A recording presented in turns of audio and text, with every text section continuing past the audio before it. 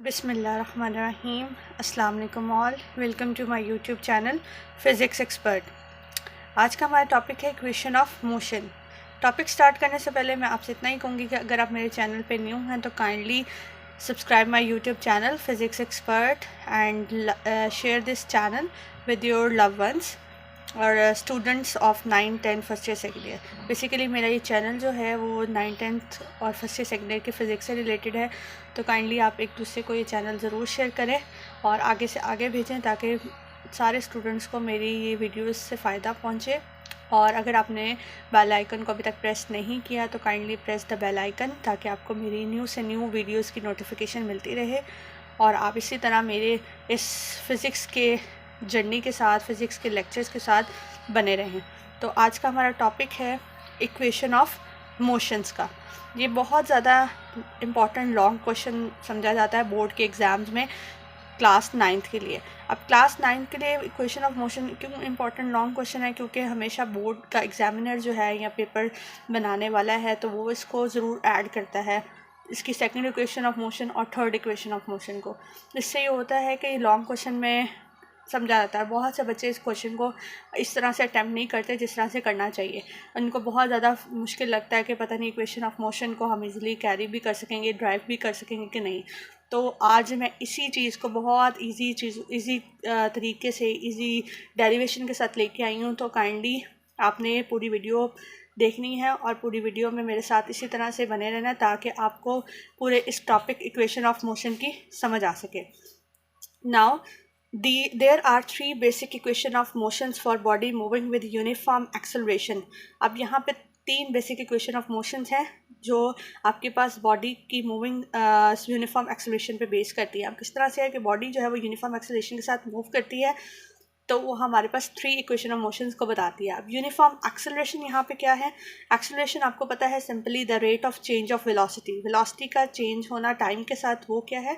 Acceleration. और uniformly अगर वो चेंज हो लाइक जैसे जैसे आपके पास ग्राफ में वेलोसिटी और टाइम का ग्राफ है, तो जैसे जैसे आपके पास वेलोसिटी चेंज हो वैसे वैसे ग्राफ भी टाइम भी चेंज होता जाए, तो स्ट्रेट लाइन ग्राफ शो हो, तो ये आपके पास क्या है? Uniform acceleration.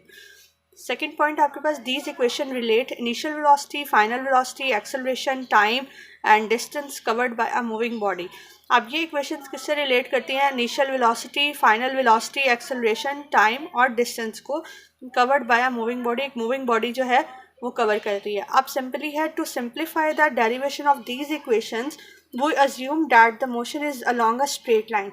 अब आपके पास सिंपली ये है कि डेरिवेशन को हम इन इक्वेशन की डेरिवेशन को यूज़ करते हुए हम इन सबको अज्यूम करते हैं और स्ट्रेट लाइन के अलॉन्ग अज्यूम करते हैं। तो hence we consider only the magnitude of displacement, velocities and acceleration. अब यहाँ पे हम क्या कंसीडर करते हैं? मैग्नीट्यूड ऑफ डिस्प्लेसमेंट, वेलोसिटीज़ को और एक्सेलरेशन को।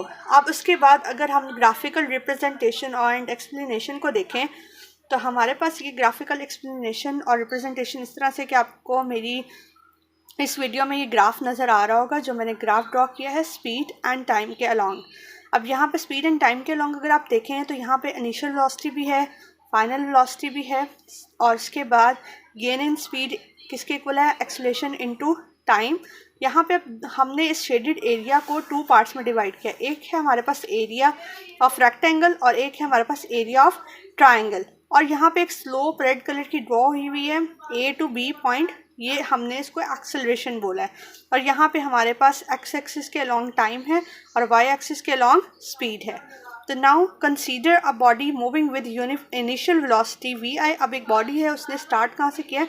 इनिशियल वेलोसिटी से। इनिशियल वेलोसिटी से वो मूव कर रही है और इन अ स्ट्रेट लाइन, एक स्ट्रेट लाइन में विद अ यूनिफॉर्म एक्सेलरेशन। अब एक्सेलरेशन कहाँ? यहाँ पे क्या है? यूनिफॉर्म है। मतलब जिस तरह जैसे स्पीड इंक्रीज हो रही है उसी तरह से टाइम भी इंक्रीज हो रहा है। तो अब इसके बाद फर्दर वो कहते हैं कि it's velocity becomes VF after time T। अब T टाइम के बाद तो उसकी इनिशियल वेलोसिटी जो है वो फाइनल वेलोसिटी में कन्वर्ट होगी VF में। Then the motion of the body is describe by the speed time graph. अब हमने इसकी मोशन जो है बॉडी की हमने किस तरह से डिस्क्राइब करनी है? स्पीड टाइम ग्राफ जो मैंने आपके सामने ये पिक्चर में ड्रॉ किया हुआ है। Then in the figure by line AB, the slope of the line AB is acceleration A। अब ये जो स्लोप मैंने ड्रॉ की हुई है रेड वाली, इस स्लोप को हमने किससे रिप्रेजेंट किया हुआ है? एक्सेलरेशन A से। देन हम देखें द टोटल डिस्टेंस। अब हमारे पास टोटल डिस्टेंस क्या है इसका, सिंपली वो ये कहता है कि the total distance covered by a body is shown by the shaded area. अब आपने पीछे देखा होगा ये, और ये आगे भी मैंने एक डायग्राम बनाई तो इसमें शेडेड एरिया मैंने शो किया हुआ है। तो under the line A B के नीचे वाली एरिया पे सारा शेडेड एरिया आपके पास। Equation of motion can be obtained easily from this graph. अब ये जो ग्राफ है हम इससे ईजिली इक्वेशन ऑफ मोशन निकाल सकते हैं, इसकी डेरिवेशन कर सकते हैं। जो 3 इक्वेशन ऑफ मोशन है इसको डिस्क्राइब कर सकते हैं। फर्स्ट इक्वेशन ऑफ मोशन आपके पास speed time graph for the motion of the body is shown in a figure. अब आपको स्पीड टाइम ग्राफ जो है वो बॉडी का शो हो रहा है आपके पास, इधर फिगर में बताया भी जा रहा है, पीछे भी मैंने आपको दिखाया था। स्पीड टाइम ग्राफ जो है वो आपको शो हो रहा है। देन उसके बाद slope of line A B gives the acceleration. अब यहाँ पे स्लोप ऑफ लाइन क्या है, स्लोप ये वाली है, ये आपको क्या बता रही है, एक्सेलरेशन। एक्सेलरेशन की वैल्यू है ये ए, जिसे हम डिनोट किसे करें, ए से। देन आपके पास कहता है slope of line A B किसके इक्वल है, A is equals to B C over A C. अब आपको पता है एक्सेलरेशन का फॉर्मूला होता है A is equals to V over T, velocity divided by time. तो यहाँ पे v जो है वो हमारे पास क्या है, in the form of B C है, क्योंकि आप अगर y एक्सिस देखें तो यहाँ अगर y एक्सिस है तो वही सेम y एक्सिस यहाँ पे भी है, इसकी वैल्यूज़ भी यहाँ पे ही ऐसे ही आएंगी। मतलब इतना पार्ट आपके पास क्या होगा वी आई और इतना पार्ट वी एफ, और अगर टोटल हम देखें तो हमारे पास वो v बन जाएगा। तो देन v ओवर t है आपके पास, ये बी सी वाली वैल्यू ले रहे हैं। तो आपके पास, आपको पता है सिंपली हमने पढ़ा था एक्सेलरेशन में, आपने अगर मेरी वीडियो नहीं देखी स्पीड एक्सेलरेशन वाली तो मैं आपको उसका लिंक भी डिस्क्रिप्शन में शो कर दूंगी, आप वो भी देखें। तो v आपके पास है V F minus V I और divided by T, initial final velocity minus initial velocity divide by time. ये हम लोगों ने एक्सेलरेशन के फार्मूला में स्टडी किया था। तो अब सेम यही फार्मूला हमने इधर से ग्राफ से निकाला है, इसकी वैल्यूज़ को देखा है कि B C divided by A C, तो which is equals to B D minus C D. अब बी डी क्या है हमारे पास, B D total final velocity है, और सी डी आपके पास क्या है, initial velocity. B D total है फाइनल वेलोसिटी और बी सी क्या है, सी डी क्या है, initial velocity, divided by O D. O D का मतलब है टाइम, जो आपने टी बताया है। उसके बाद वो कहता है कि एज, अब नीचे भी मैंने यहाँ पे बताया हुआ है कि बी डी किसके इक्वल है, वी एफ के, सी डी किसके इक्वल है, वी आई के, और ओ डी टी के। तो हम पुट करते हैं इस फार्मूला में इसकी वैल्यू को कि बी डी किसके इक्वल है, वी एफ के, माइनस सी डी किसके इक्वल है, वी आई के, और ओ डी टी के। देन हम इसको लिखते हैं A is equals to V F minus V I divided by T. अब आप इसको रीअरेंज करें तो यहाँ पे टी क्या हो रहा है, डिवाइड, तो वहाँ जाके ए के साथ क्या हो जाएगा, मल्टीप्लाई। तो जब ये मल्टीप्लाई होगा तो वी एफ माइनस वी आई किसके इक्वल आ जाएगा, ए टी के। ठीक है, तो अब इसको रीअरेंज करते हैं। अगर ये माइनस का वी आई है तो इक्वल के उस तरफ जाके प्लस का वी आई हो जाएगा। तो हम लिख सकते हैं इक्वेशन को V F is equals to V I plus A T. ये आपके पास फर्स्ट इक्वेशन ऑफ मोशन आ गई है, हमने प्रूव कर दिया इसको। तो आपने इस रिजल्ट को याद रखना है। ये रिजल्ट आपसे एमसीक्यू में भी पूछा जाता है और शॉर्ट क्वेश्चन में भी वो आपसे पूछ सकता है कि आप 3 इक्वेशन ऑफ मोशन के रिजल्ट्स को सिंपल बता दें कि कौन से रिजल्ट होते हैं। तो आपने ये बॉक्स जो मैंने हाईलाइट किया हुआ इसको याद रखना है। Now moving towards the further topic, second equation of motion. अब सेकेंड इक्वेशन ऑफ मोशन क्या है कि in speed time graph shown in a figure the total distance as travelled by the body is equal to the total area O A B D under the graph. अब total area आप graph में देख सकते हैं क्या है, O A B और D. ये total area under the graph है, ये शेडेड रीजन को बता रहा है। देन उसके बाद वो कहता है कि टोटल डिस्टेंस का फॉर्मूला क्या होगा हमारे पास, S is equals to area of rectangle O A C D. Rectangle कौन सा है, ओ ए सी डी। ये आप देख सकते हैं, ये बॉक्स है जो आपको बना हुआ नजर आ रहा है, ये क्या है, एरिया ऑफ रेक्टेंगल। ये सिंपल रेक्टेंगल है तो हमने इसका एरिया निकालना है। देन सम किसके साथ है, इसका एरिया ऑफ ट्राइंगल के साथ, ए बी सी। अब एरिया ऑफ ट्राइंगल कौन सा है, ये आप देख सकते हैं, ये ट्राइंगल बनी हुई ए बी सी। तो ये आपके पास क्या है, एरिया ऑफ ट्राइंगल। देन हम इसको फर्दर सॉल्व करते हैं। Area of rectangle O A C D किसके इक्वल है, लेंथ मल्टीप्लाई बाय ब्रेथ। अब मैंने यहाँ पे नोट में साइड पे फार्मूला भी लिखा है ताकि आपको इजीली अंडरस्टैंडिंग हो कि एरिया ऑफ रेक्टेंगल का फार्मूला क्या है, लेंथ मल्टीप्लाई बाय ब्रेथ या विड्थ कह सकते हैं हम सिंपल। और एरिया ऑफ ट्राइंगल का फार्मूला क्या है, 1/2 into length multiply by breath. तो हम एरिया ऑफ रेक्टेंगल यहाँ पे ले रहे हैं कि O A C D which is equals to O A multiply by O D. अब ओ ए आपके पास क्या है, आप डायग्राम में देख सकते हैं, फिगर में देख सकते हैं, O A multiply by O D. अब ये ओ ए आपके पास क्या है, initial velocity multiply by O D. O D आपके पास क्या है, टाइम। तो ये आपके पास लेंथ और ब्रेथ हो गई है।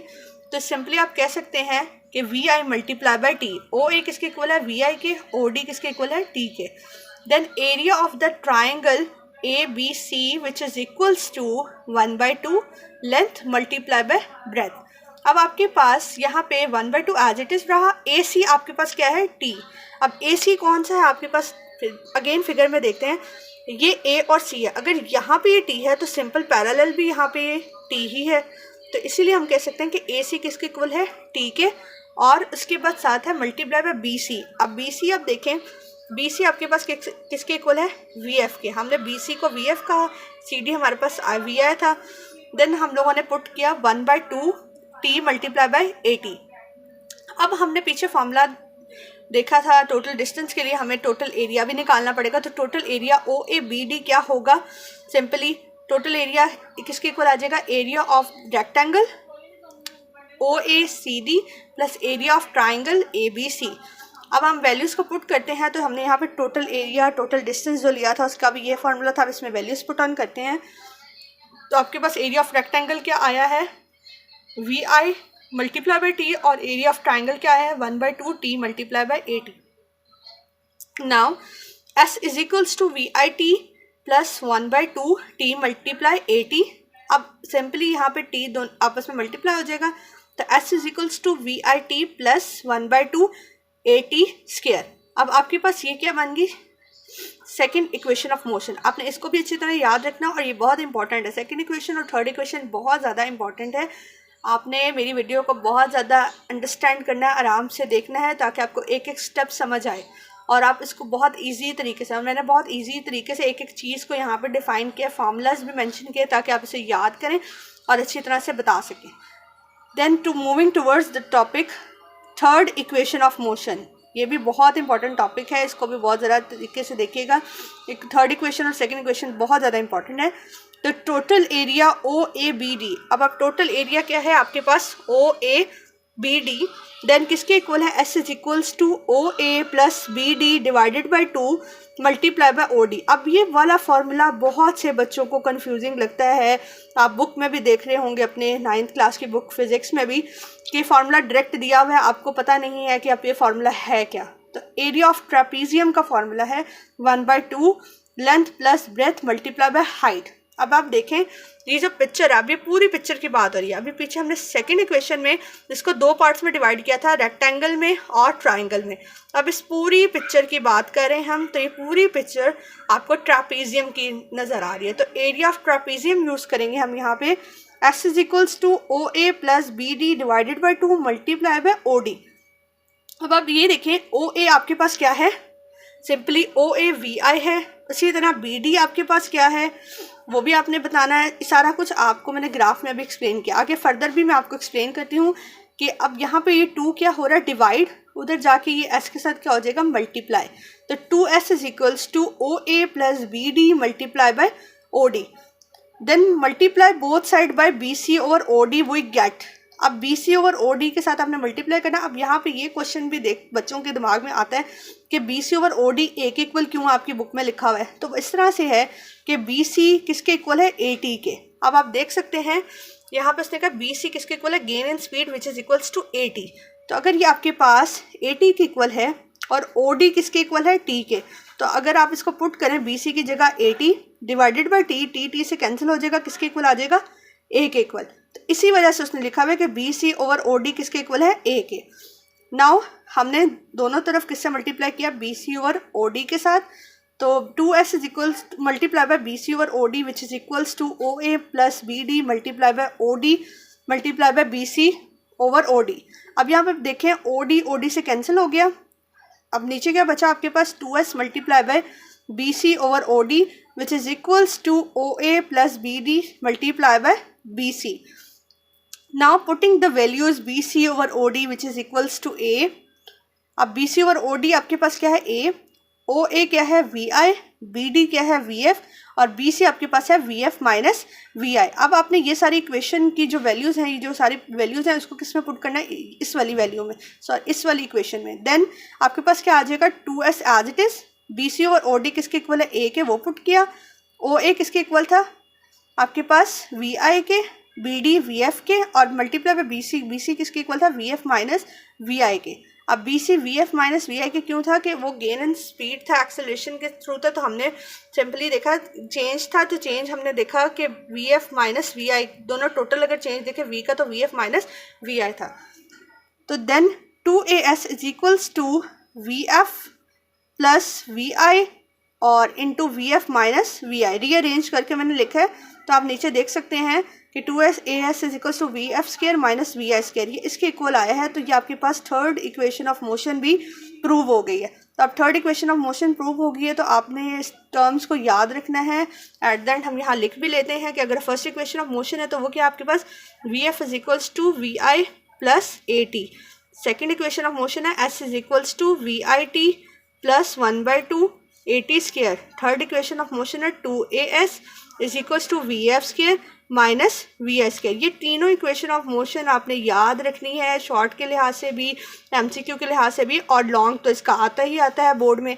तो काइंडली मैं उम्मीद करती हूँ कि आप सबको आज का मेरा लेक्चर बहुत ज़्यादा इन्फॉर्मेटिव लगा होगा और बहुत ज़्यादा अच्छा लगा होगा। आपको एक एक पॉइंट की समझ आई होगी। जो बच्चों को प्रॉब्लम थी बुक से, जिनको समझ नहीं आ रही थी कि डायरेक्ट स्टेप थे, मैंने हर एक स्टेप को, एक एक चीज़ को डिफ़ाइन किया है, यहाँ पे एक्सप्लेन किया है, ताकि आपको एक एक पॉइंट की समझ आए, कौन सा फार्मूला यूज़ किया हमने, कौन सा नहीं यूज़ किया, जो भी जिस तरह से भी एक एक पॉइंट को, एक एक ग्राफ को मैंने 2 बार यहाँ ग्राफ ड्रॉ किया है, ताकि आपको इस पॉइंट की समझ आ सके, तो आपके लिए मुश्किल ना हो। तो उम्मीद करती हूँ कि आप लोगों को मेरा लेक्चर बहुत ज़्यादा पसंद आया होगा। आपने ये लेक्चर आगे दोस्तों के साथ भी शेयर करना है, और उन स्टूडेंट्स के साथ जो 9-10 के हैं, और ये 9th का ख़ास तौर पे लेक्चर है और बहुत इंपॉर्टेंट लॉन्ग क्वेश्चन है। तो उम्मीद करती हूँ कि आप सब इसी तरह से मेरे चैनल को देखते रहेंगे, सब्सक्राइब करते रहेंगे और बेल आइकन को प्रेस करेंगे, ताकि आपको न्यू से न्यू नोटिफिकेशन मिले। और काइंडली इसी तरह से मुझे सपोर्ट करते रहें, ताकि मैं आप लोगों के लिए न्यू से न्यू वीडियोस लेती हूँ और आसान तरीके से लेके आऊँ, ताकि आपको इजीली हर चीज़ को समझ सकें, अंडरस्टैंड कर सकें। आज का लेसन यहीं पे ख़त्म होता है। अल्लाह हाफ़िज़।